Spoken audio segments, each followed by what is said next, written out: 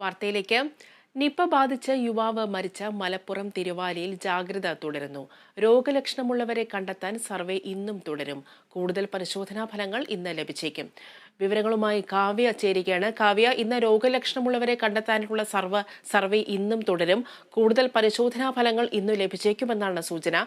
മറ്റെന്തെല്ലാമാണ് പുതിയ വിശദാംശങ്ങൾ?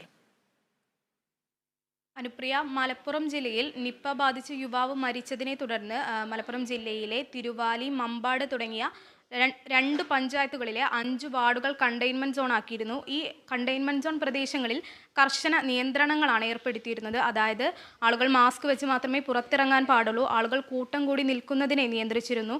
കൂടാതെ വ്യാപാര സ്ഥാപനങ്ങൾ രാവിലെ 10 മുതൽ രാത്രി 7 വരെ മാത്രമേ പ്രവർത്തിക്കാൻ പാടുള്ളൂ. അതോടൊപ്പം തന്നെ ഈ മേഖലയിലെ സിനിമ തിയേറ്ററുകൾ, കോളേജുകൾ, സ്കൂളുകൾ, മദ്രസകൾ, അംഗൻവാടികൾ ഉൾപ്പെടെയുള്ളവയ്ക്ക് വരെ നിയന്ത്രണങ്ങൾ ഏർപ്പെടുത്തിയിരുന്നു.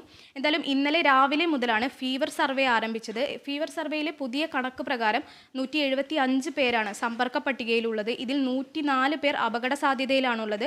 മാത്രമല്ല 13 പേരുടെ സാമ്പിൾ പരിശോധനാ ഫലം ഇന്ന് പുറത്തു വരും.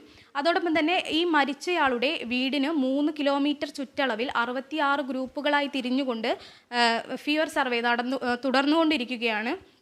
ഈ ഫീവർ സർവേക്ക് ശേഷമായിരിക്കും ഇനി കൂടുതൽ എത്ര പേരാണ് ഇയാളുമായി സമ്പർക്കത്തിലുള്ളത്, അല്ലെങ്കിൽ പനി ബാധിച്ചവർ, കടുത്ത ചുമയുള്ളവർ എന്നിവരെ കണ്ടെത്താൻ സാധിക്കുക. അതോടൊപ്പം തന്നെ ഇന്നലെ തന്നെ ഈ മരിച്ചയാളുടെ റൂട്ട് മാപ്പും പുറത്തുവിട്ടിരുന്നു. എന്തായാലും മലപ്പുറം ജില്ലയിൽ കർശന നിയന്ത്രണങ്ങളാണ് ഏർപ്പെടുത്തിയിട്ടുള്ളത്. വലിയ ജാഗ്രതാ നിർദ്ദേശം തന്നെയാണ് ആരോഗ്യവകുപ്പ് മുന്നോട്ട് വയ്ക്കുന്നത്.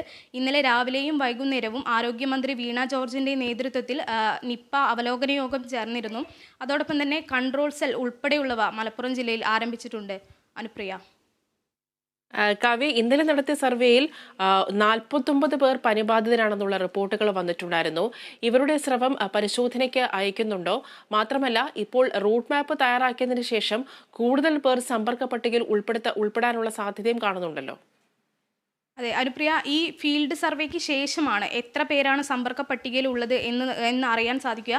നിലവിൽ ഇന്നലെ നടന്ന ഫീവർ സർവേയുടെ റിസൾട്ടാണ് 175 പേരാണ് സമ്പർക്ക പട്ടികയിലുള്ളത് എന്ന് മനസ്സിലാക്കിയിട്ടുള്ളത്.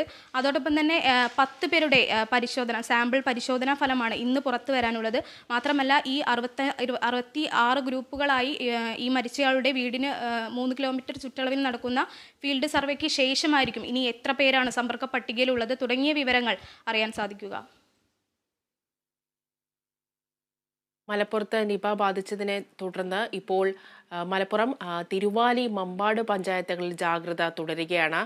ഇപ്പോൾ സർവേ പരിശോധന ഇപ്പോഴും നടക്കുന്നുണ്ട്. ഇന്നലെയും സർവേ നടത്തിയിട്ടുണ്ടായിരുന്നു. സർവേയിൽ 49 പേർ പനിബാധിതരാണെന്ന് തിരിച്ചറിഞ്ഞിട്ടുണ്ടായിരുന്നു.